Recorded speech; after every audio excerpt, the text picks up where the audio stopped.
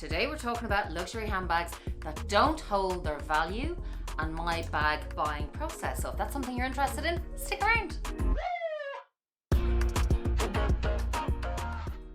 Hi lovelies and welcome back. Well, yes, today we are talking about luxury handbags that do not hold their value and my bag buying process. It's going to be a good one today, and stick around till the end because we have the winner of the giveaway. Woohoo! We have reached 10k.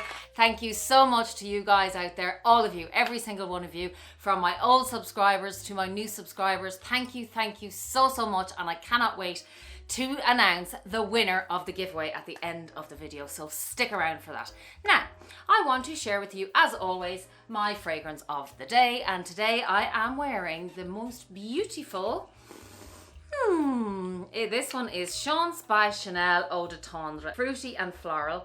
Its top notes are quince and grapefruit, mid notes are hyacinth and jasmine, the dry down is musk, iris, cedar and amber. So this one is for all of you fruity, floral, feminine. This one is a very feminine fragrance and beautiful for a lovely summer's day. Now, the shout out of today, I want to say a big hello to a lovely subscriber who's always saying hello and commenting, who is Margaret Brett. Hi Margaret, how are you? I hope you're well, and thank you for always commenting down below. If you want a shout out, don't forget to subscribe, don't forget to comment, and turn on the notification bells for all the videos I have coming in the future. Now, today is a good one, and I have broken it up into a few different categories because I think it's really important when we're talking about luxury classic handbags that hold their value. So I want to talk about investment bags, what that means.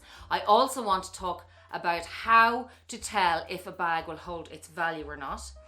Then moving on from there, I will tell you about my bag buying process and also what pre-loved bags you should be buying, and of course at the end then I will do the giveaway. In category number one, talking about investment bags. What are investment bags? People are thinking, they're not stocks and shares. You're not out there going, it's not a financial investment. We know that. What we mean is bags that retain their value or keep going up in value. And I have a little eye candy for you today, which is this beauty. We all know the Chanel prices. Actually, there's rumored to be one. It might have happened by the time this video goes out, but there's a price increase. This one here retains its value for sure. I got it in maybe 2017-ish. And since then it has gone up, I think, about €3,000. A very good example of an investment bag, meaning, as we say, it retains its value or it increases in value.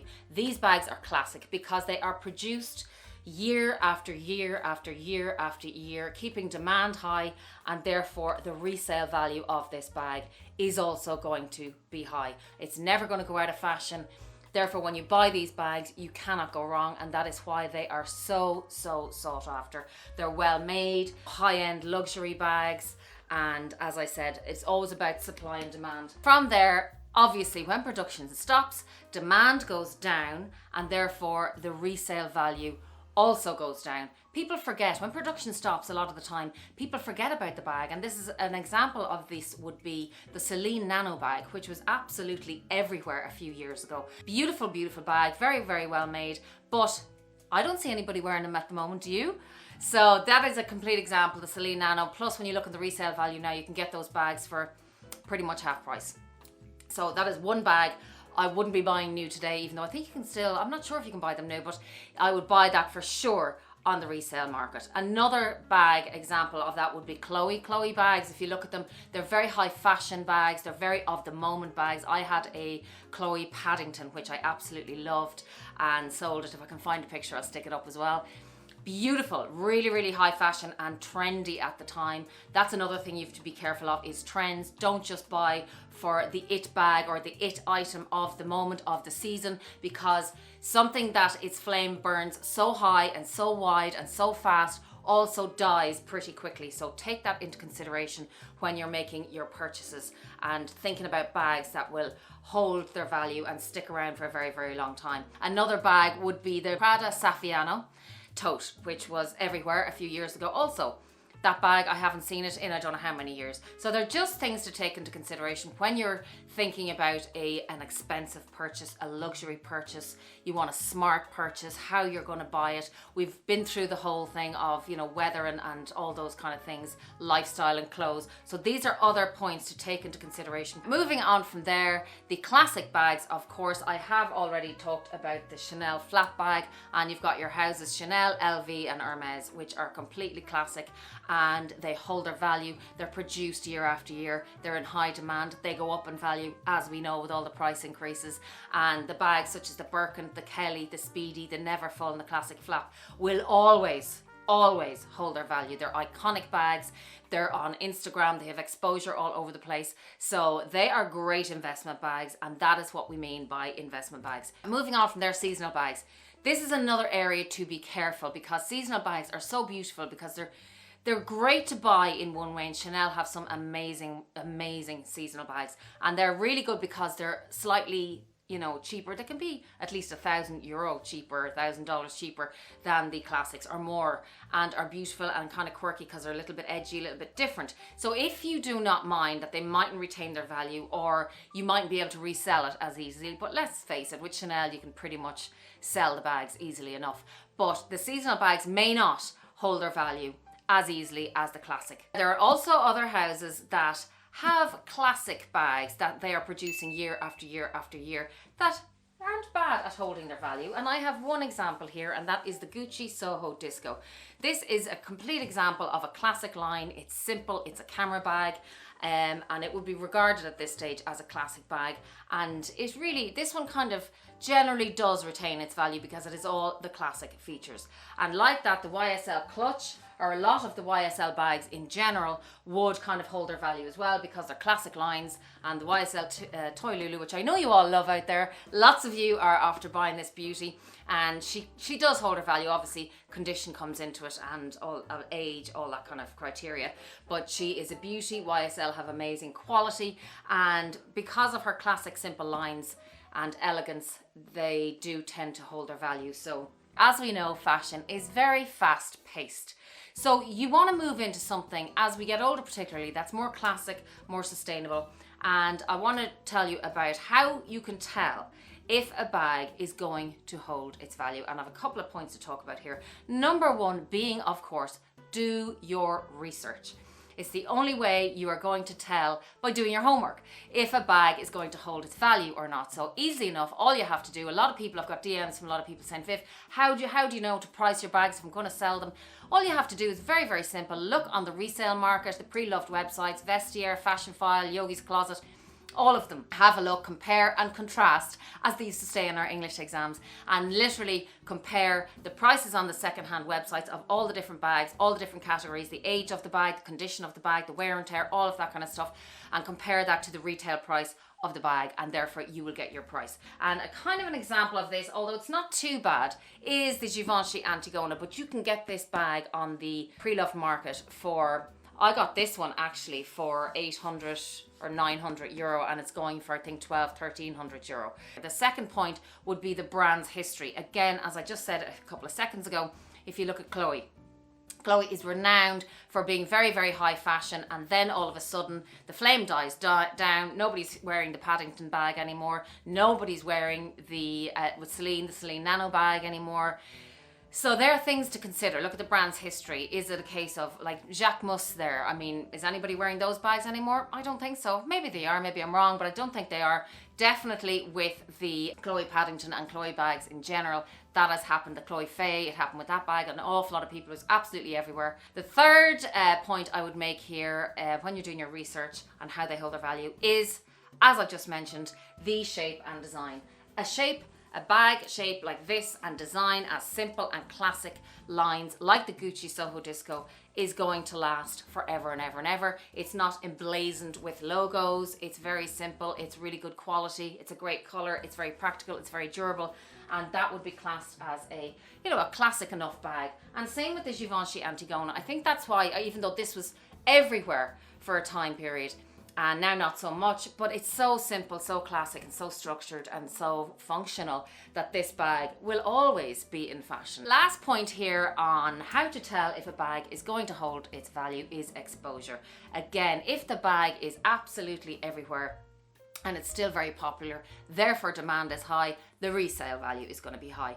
If all of a sudden you don't see this bag anywhere, it's ghosted, you look on Instagram, you look everywhere, there isn't a sign of the bag, nobody's talking about it on YouTube, none of the influencers are talking about it, nobody's showing it on Instagram, the bag is pretty much dead and nobody wants it, demand is low, resale value is going to be low, and therefore it's kind of one of those things, is it even worth selling it? Because sometimes, you know, you hold on to your bags because you're not even going to get the money back. So it's another point to consider. Then I move on to my bag buying process. Now, what helps me and hopefully will help you to make the decision of buying brand new, or how I buy a bag and what decisions I come up with? Well, the first point I would think in my head is, well, will I buy it new? Will I buy it pre-loved?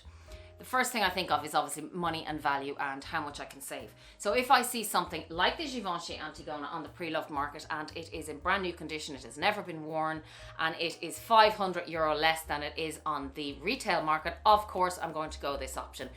Another point I will say here is, if it's not going to be forever bag and you think one day you might resell it, you know, even if there's a possibility and you're thinking about the resale value, it's another thing to take into consideration that maybe, you know, I'll buy it on the pre-loved market and I don't need to pay full price for the bag. You can be smart. As I've told you before, I've got bags that basically people have had in their wardrobes. I buy brand new bags, I buy vintage bags. It just depends on these criteria. The brand itself. Generally, if you like to get, say, the full set, as we call it, say with Chanel, you want to get the box, you want to get the bag, you want to get the dust bag, you want to get the whole shebang along with the bag. That is called the full set. A lot of people like to get that, and if they're looking on the second-hand market and the jumbo or whatever bag they're looking for doesn't have the full set, that can be a deal breaker for some people, because when you're reselling bags, a lot of people will want the full set because they want the full experience, and that is another point, the experience. If you want to buy the bag in store, get your glass of champagne, have your day out, it's a huge, huge investment, a huge purchase. You know, for some people, it's going to be once in a lifetime that you want to do it in store. That is something to take into consideration. Some people don't care about the in-store experience. Some people want to buy vintage. I have new, I have vintage, and I have pre-loved, all of the above, and Chanel. And I'm delighted with all of my purchases. But again, particularly with Chanel, you need to do your research. You need to get authenticity. You need to make sure that you have, even though they don't have the authenticity cards anymore, that it's chipped or whatever it may be, do your research and always do your homework before you make those purchases. And then, of course, the last point that will decide, you know, my bag buying process is availability. Is the bag available in store anymore? That happened to me a couple of times with Chanel. I couldn't get the bags in store. As you know, both my Chanel 19s I bought from a private seller because I couldn't get my hands, we were in lockdown, and I could not get my hands on the bags. The Chanel store in Dublin wasn't open. There was absolutely no physical way, and I was so happy with the experience. I got everything, the dust bags, everything included, brand new, wrapped up, ribbon box, dust bag, the whole lot. So yes, availability is going to determine your decision also. I mean, there's a scarcity of some of the bags, making them more desirable. Is it a game? Probably, but we still fall for it, and how much they are in demand. So the very high demand bags that we cannot get our hands on, sometimes we have to go to a private seller. Sometimes we have to find other ways to do what we gotta do, you know, to get what we want. So that is my bag buying process, and from there, which bags to buy pre-loved? Well, the number one, I will say to you, I have a few bags here that I think you should buy pre-loved because they don't hold their value as much and they're just as good, and you'll get a few hundred off, and it's a smart decision rather than paying full price in store. The first one I would say is the Chanel boy bag. It has dropped in value, so you can really get brand new bags that people have had problems with, whether they didn't like the chain or didn't work out for them, brand new, and you get it maybe for 500 to €1,000 off. That's a smart decision. Another one I would say is the Lady Dior. Now, I have the Lady Dior in the mini, but particularly the Lady Dior in the medium. They're around about 25 years, so there are hundreds and hundreds of them on the pre-loved websites. Again, some of them are just in perfect condition, and it depends on what you want. Obviously, the smaller bags are in at the moment. I will say the mini Lady Dior, does hold its value a bit better, but Dior in general isn't great for holding its value. So it is another one to take into consideration, you know, if you want to buy it on the pre-loved. The medium for sure, because we're all into our smaller bags at the moment.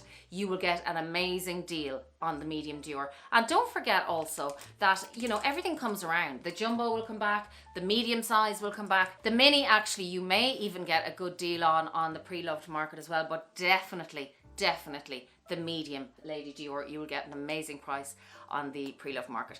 The Louis Vuitton Keep All Bandolier is a great one to get on the pre-loved, particularly if it's in the treated leather. You can get those in very good condition for a few hundred off. Another one is Louis Vuitton Leather, which they're trying to push more and more and more, but even I've seen the Capucines, I have seen even the Empreinte Pochette Métis, things like that. The leather in Louis Vuitton, I know they're trying to push it, but you can still get it for a better price on the pre-loved market, so have a look at that. And then, of course, the Birkin 35, they are flooded. I have seen like hundreds of them all over the pre-loved market because, of course, everybody wants the 25 and the 30 at the moment. So if you're the smart one out there and you say, well, I don't mind having the 35 and I'm going to get it for 7,000 or 8,000 euro, instead of paying 18 to 20 to 24,000 for a Birkin 25 because it is in demand at the moment. So have a think about that. Literally, I have seen Birkin 35s for 7, 8, 9, 10,000 euro on the pre-loved in very good condition. So that is a roundup of what I think and why I think some bags hold their value and some bags don't, and my bag buying process. And I really do hope that was helpful for you, but don't go anywhere because I have a little announcement, of course. And also remember, handbags are not reliable investments, really. I mean, we just love them, and then, you know, you can be smart about your decisions. Just do that. So without further ado, I would like to announce the winner of our giveaway. Woohoo! So I would like to say, and this was completely random, and myself and Katie did it together, and the winner of the giveaway for my 10K, with all my love and all my support from all the subscribers out there, thank you so much, is Patrice Brown. Woohoo! Patrice, congratulations. I am not going to open this because it is yours, but just for everybody else, what is inside is a Bastia coin purse. Here it is up here, and I'll just show you a little peek. I don't want to, I've said this to you before, I do not want to open it as I want Patrice to get it in mint condition. It's brand new, obviously, but I don't want the bag to be damaged. So that's it, and thank you so much to everybody who entered so much, and everybody who has stuck around and supported me, and there will be more giveaways. And until the next time, be kind, be safe, be compassionate. Love you lots. Mwah.